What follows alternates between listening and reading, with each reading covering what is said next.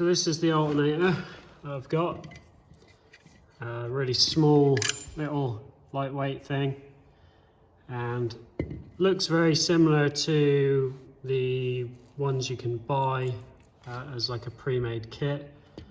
I got this off of eBay. The only thing I've changed is I've made a little boss to go in there to take that from a 10mm hole to an 8mm hole for an M8 bolt. Another thing that we're going to change is the pulley. This needs to have a much bigger pulley on it because it will overspin the alternator, and yeah, it won't last 5 minutes if it's you know, spends its life at like 7,500 RPM.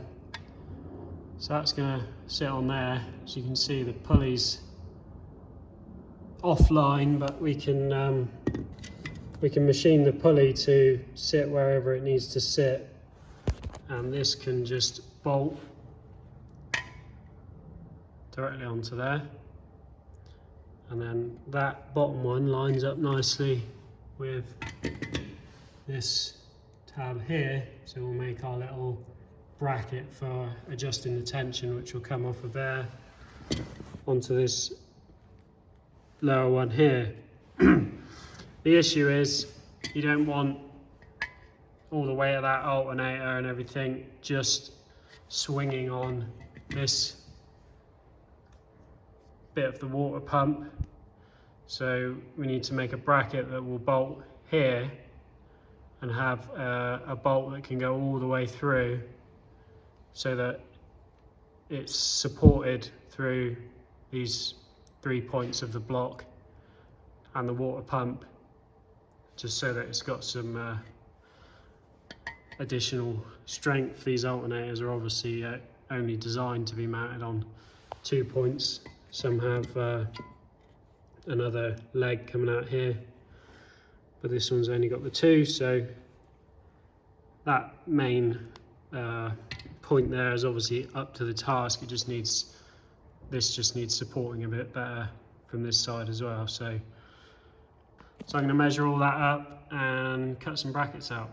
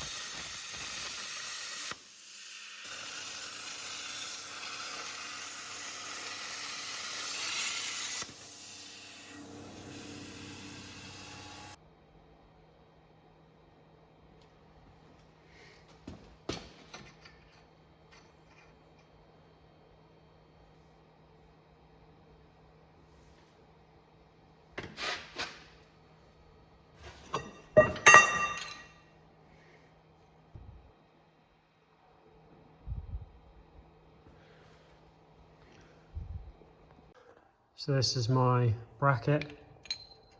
So now we need to bolt this on, measure that distance, and then just make a spacer to take up that gap, so it'll bolt all the way through and into this piece. So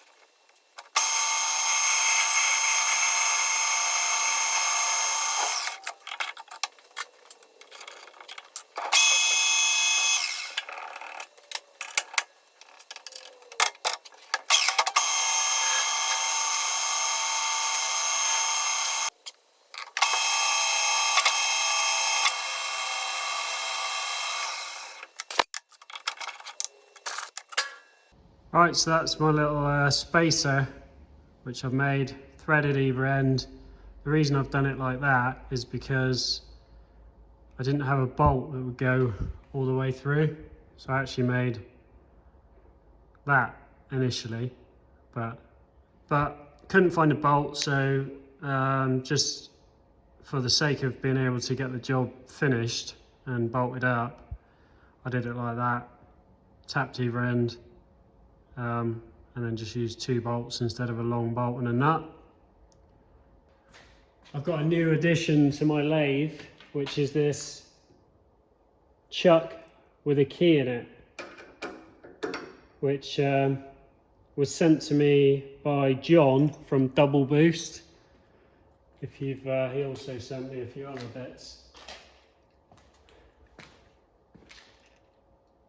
Set of drill bits and a few milling cutters and stuff.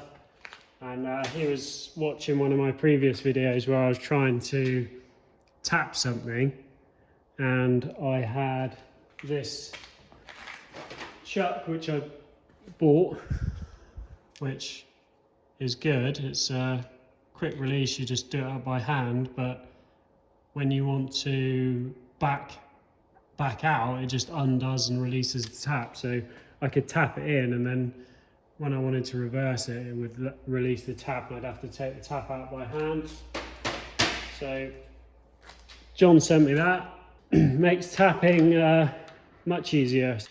So thanks, John, for that. Much appreciated. If you haven't seen John's channel and you're into a bit of engineering and machine work and welding and that kind of thing, then well worth checking out. He's a really nice guy, very knowledgeable, and quite entertaining when he starts swearing at stuff.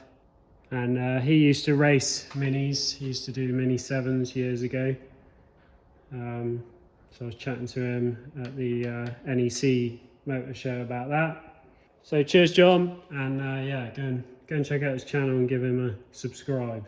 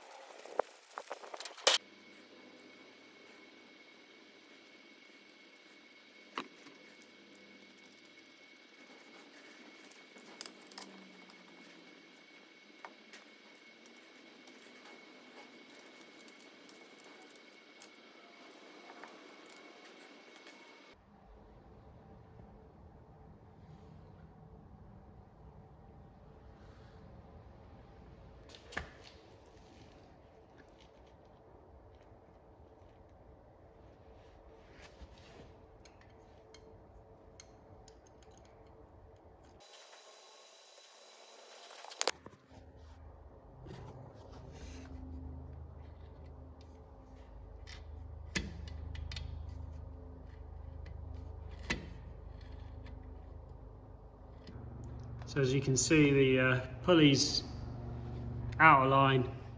I've got a 4-inch aluminium pulley, which we're just gonna have to machine the center bore out and then adjust it so that everything lines up.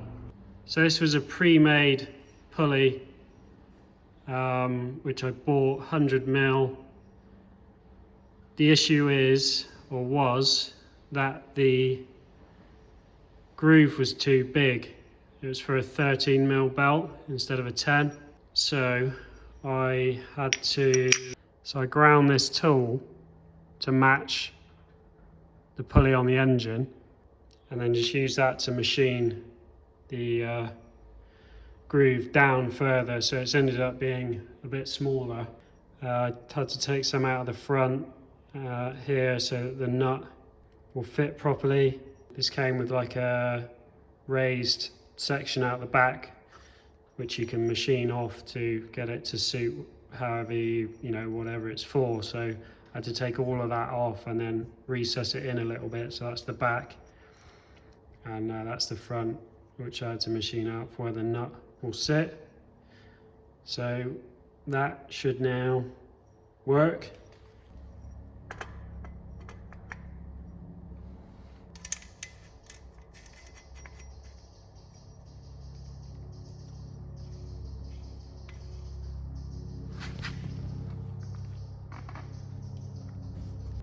As you can see, that lines up perfectly with the crank and the water pump.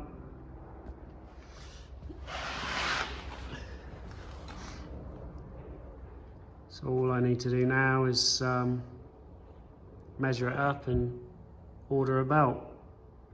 That's going to be it for this one. Just watching. See you on the next one.